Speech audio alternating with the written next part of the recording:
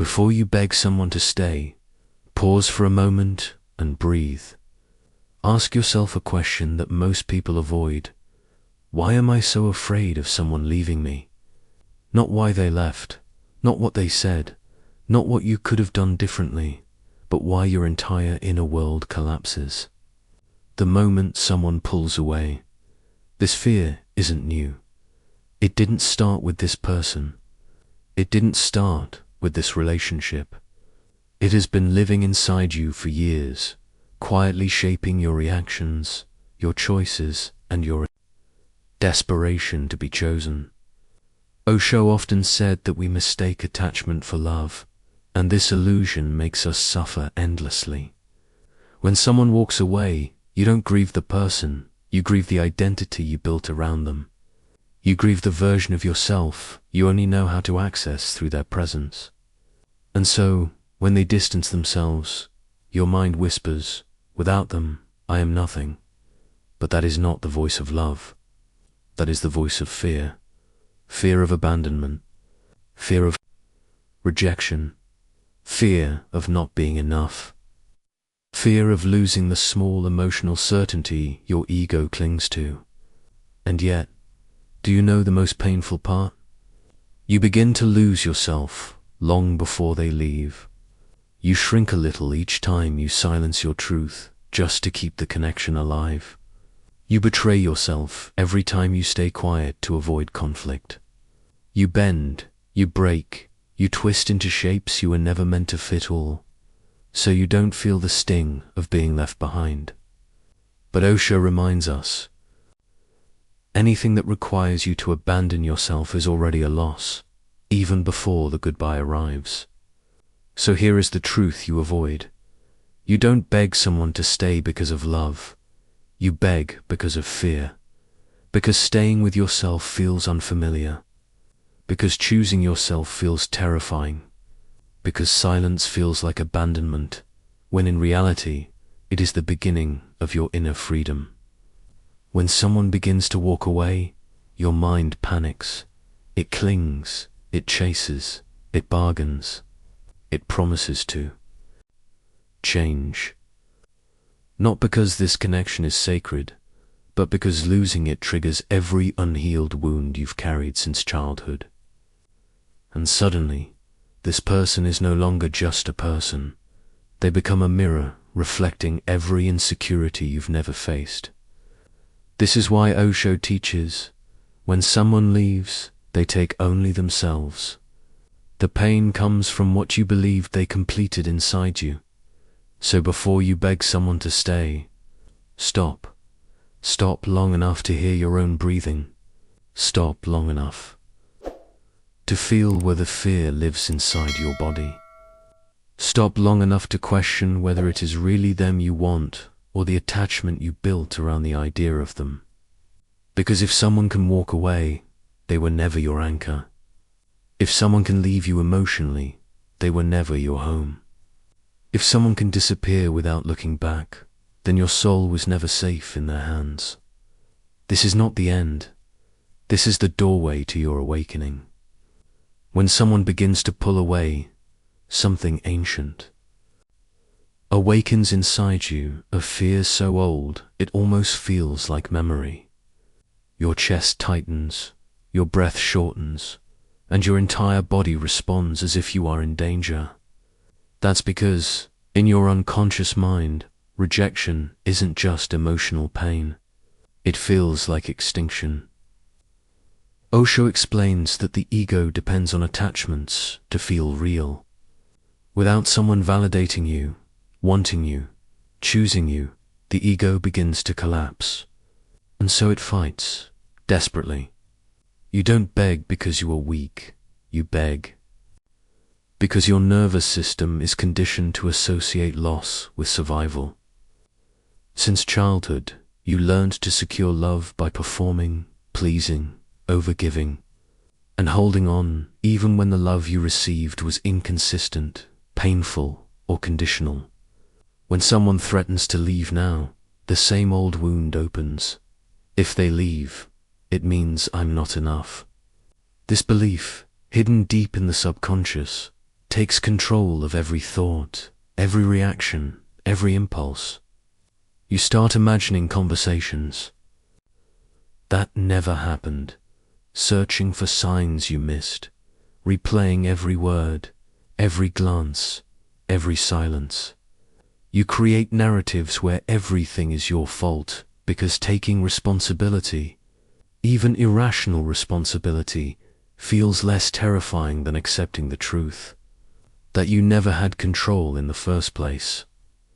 This is why, Osho says, the fear of losing someone comes from the illusion that they are the source of your wholeness. The moment this illusion cracks, panic rises. The ego cannot accept that someone else is choosing a path that doesn't include you. It feels like a personal failure, when in reality, it is simply their journey unfolding. Your attachment system becomes activated. Your childhood wounds become activated. Your ego becomes activated. And each part screams the same message. Hold on. Fix it. Don't let them go. But what you fail to notice is the price you pay. When you chase someone emotionally drifting away, you disconnect from your own center. Your inner voice becomes quieter. Your intuition becomes blurry. Your peace becomes secondary. Your self-respect becomes negotiable. You lose yourself long before you lose them. And this is the deepest tragedy. You're not begging them to stay. You're begging for your sense of worth back. But that cannot come from them. It never did. People leave for reasons that often have nothing to do with you. They leave because of their fears, their limitations, their emotional exhaustion, or because the connection no longer aligns with their path. You cannot control this. You were never meant to.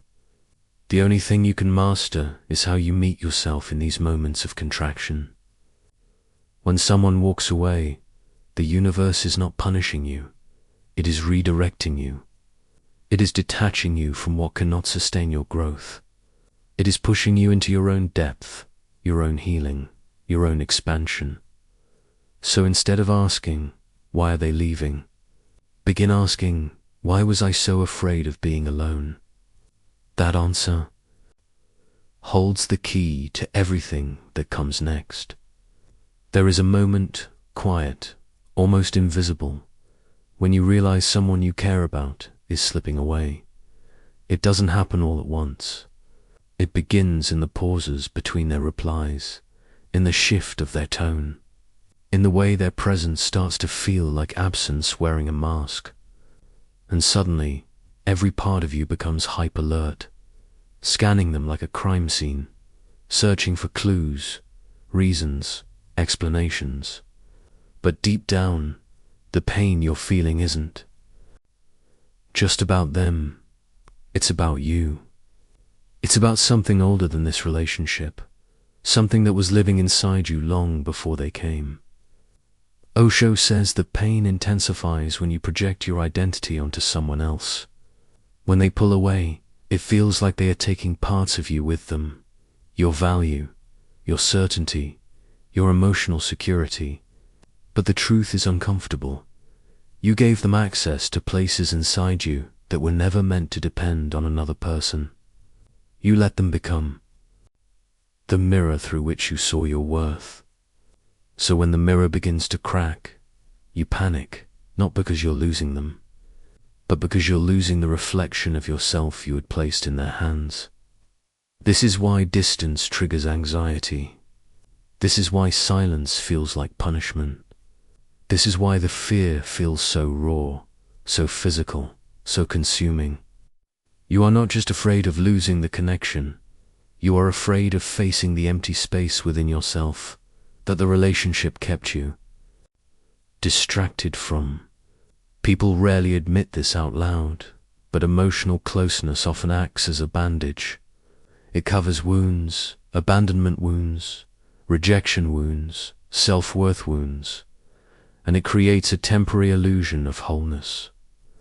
But when the person steps back, the bandage is ripped off, and all the feelings you buried come rushing to the surface at once. Their withdrawal exposes the parts of you that still need healing. And here is the painful paradox Osho talks about: the person who triggers. Your deepest pain is often the one who reveals your deepest work. It hurts because it is supposed to hurt. It hurts because something inside you is ready to be understood. It hurts because you are being pushed toward yourself, maybe for the first time in years. But instead of turning inward, you chase.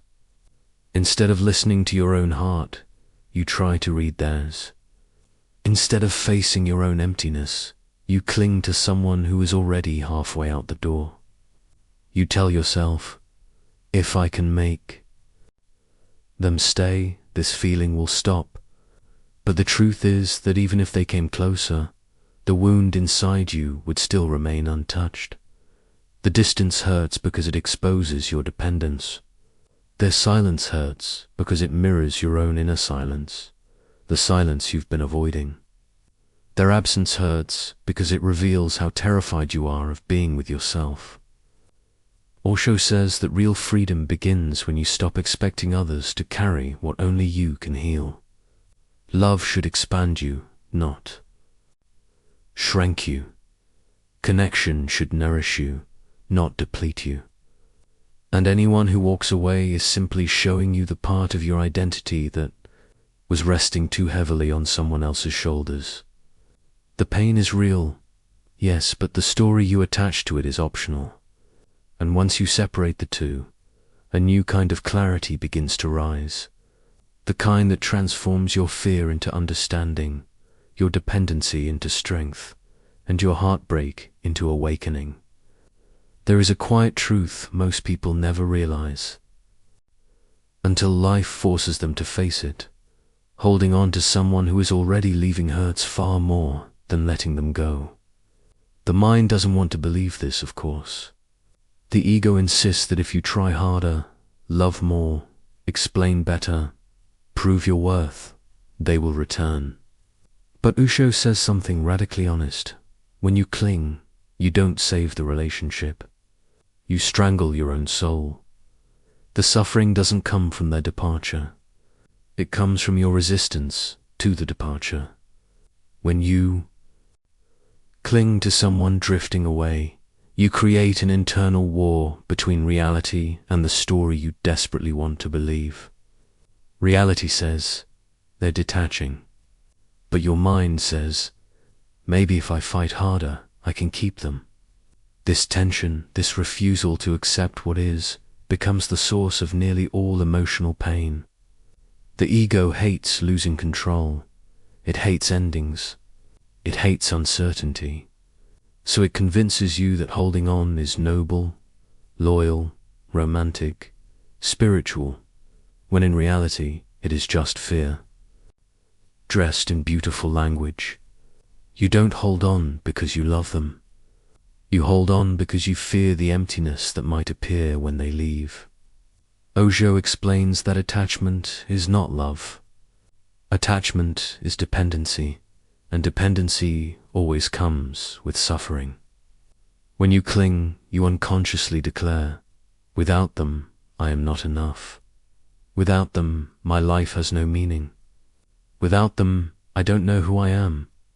These beliefs are illusions, powerful illusions, but illusions nonetheless. And the more you fight to keep what is slipping away, the tighter the chains around your heart become. Suddenly, everything hurts. Their silence, their distance, their cold tone, their lack of effort, their absence disguised as presence. Your body reacts like you're in danger because, to your ego, you are. It interprets their withdrawal as proof that you are unlovable, unwanted, replaceable. But none of this is true. They are not your source. They are simply someone your heart became attached to. Here is the paradox. The moment you stop holding on is the moment you stop bleeding. Because suffering doesn't come from losing people. Suffering comes from gripping what your soul has already outgrown. Letting go isn't a sign of failure. It's a sign that you have finally remembered your own worth. When you release someone, you are not saying they never mattered. You are saying, I matter too. You are choosing peace over panic, clarity over fantasy, self-respect over desperation. Osho teaches that love that must be held by force is not love. Anything real flows. Anything real returns. Anything real doesn't require you to abandon yourself just to keep it alive. And this is the hidden liberation. You don't heal by holding on. You heal by allowing life to move the people who no longer align with your growth. Letting go does not close your heart. It sets it free. Something shifts the moment you finally stop trying to keep what is leaving. The pain softens. Your breathing steadies. The world feels less threatening. And for the first time, you can hear your own soul again, whispering, you were never meant to shrink yourself for love. Letting go is not the end of your story. It is the beginning of your strength. There comes a moment, subtle, quiet, almost invisible from the outside, when something inside you finally shifts. Not because you forced yourself to move on, not because you pretended to be strong, not because you told yourself 1,000 times that you deserved. Better it happens when your soul gets tired of begging for what should have been freely given. That moment is the exact moment you take your power back. It doesn't look dramatic. There is no explosion, no loud declaration, no cinematic closing of a door. It begins in silence. You wake up one day and realize you didn't check your phone to see if they remembered you. You didn't replay the conversation for the 100th time. You didn't feel that familiar ache when their name crossed your mind. Something inside you just stopped breaking. This is what Osho calls the return of inner authority. The instant you stop handing someone else the responsibility for your happiness. For so long, your emotions were tied to their choices, their words, their attention. When they pulled away, your world collapsed with them. When they came close, you felt alive again. Your heart was on a leash you didn't even see yourself holding. And then, unexpectedly, gently, a new awareness appears. There. Behavior is not my mirror. Their absence is not my failure. Their inability to stay says nothing about my worth. This realization is liberation. You begin noticing how much of yourself you gave away in the name of love, how much self-respect you sacrificed, how much peace you abandoned, how much dignity you swallowed just to keep them close. And instead of blaming yourself, you simply breathe. You see it clearly now. You understand that you were not weak. You were hopeful. You were not desperate. You were loyal. You were not lost. You were loving from a place that deserved reciprocity, not silence. Power comes back the moment you stop negotiating for crumbs. It returns the second you decide you will no longer beg for presents, no longer chase what avoids you, no longer justify someone's inability to meet you where you are. This is not arrogance. This is not anger. This is alignment. Your heart simply refuses to live in a place where it is not honored. Osho teaches that true. Power is inner stillness, the ability to stay rooted in your own truth even when someone else leaves. You take your power back when you stop making people your oxygen, when you choose yourself not as a backup plan, but as the foundation of your entire emotional life. And slowly, the energy starts to shift. Where there was longing, there is clarity. Where there was fear, there is acceptance. Where there was grief, there is space. Space for healing. Space for self-love. Space for the life that was waiting for you beyond this attachment. You don't force this moment. You grow into it. And one day, without even realizing it, you close a chapter not out of pain, but out of completion. You survived what you thought would destroy you. You healed from what you believed you could never let go of.